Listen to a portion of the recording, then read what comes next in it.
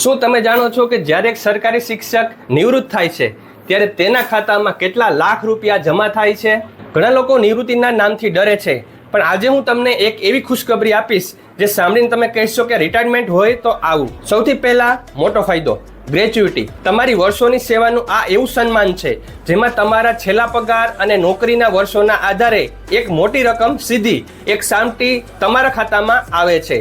આ રકમ તમારી નિવૃત્તિ લાઈફને એક શાહી લુક આપે છે. બીજો મોટો સસ્પેન્સ ફાયદો, લીવ એન્કેશમેન્ટ.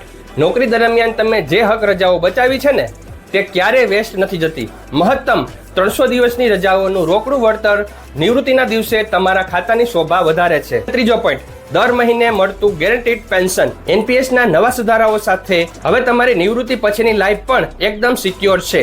દર મહિનાની પહેલી તારીખે પગારની જેમ જ પેન્શન ખાતામાં આવી જશે. મોટો ફાયદો, જૂથ વીમો, ગ્રુપ ઇન્સ્યોરન્સ.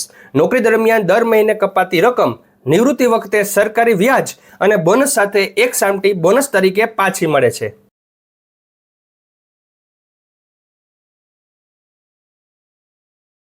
એટલે કે શિક્ષકો માટે નિવૃત્તિ એક અંત નથી, પણ લાખોના ફંડ સાથે એક નવી ટેન્શન ફ્રી જિંદગીની શરૂઆત છે. જો તમારે ગ્રેચ્યુટીની ગણતરી જોવી હોય તો તેના માટે મેં લોંગ વિડીયો બનાવી દીધો છે. આજનો વિડીયો જો ગમ્યો હોય તો તમારા શિક્ષક ગ્રુપમાં જરૂર શેર કરજો અને આ પેજને ફોલો કરવાનું ભૂલતા નહીં.